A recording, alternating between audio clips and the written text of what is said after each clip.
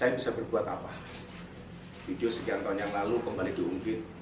Terus ini kan video lama itu juga viral yang dengan aplikasi itu monggo saja. Itu saya bisa berbuat apa? Video sekian tahun yang lalu kembali diungkit. Insya Allah hubungan saya dengan beliau tetap baik. Kalau toh kemudian itu diambil, diviralkan kembali, ya saya bisa berbuat apa? Artinya memang saya selalu mengatakan orang baik pasti punya masa lalu, dan orang jelek saya meyakini pasti akan ada masa depan. Setelah video itu viral sudah sempat berkomunikasi dengan Buya? Saya sudah berkomunikasi melalui abah saya Sragen, Abah Sragen Hidayatullah pada beliau.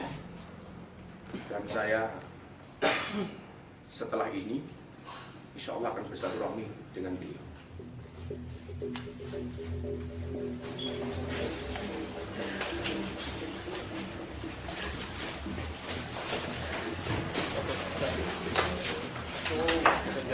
aja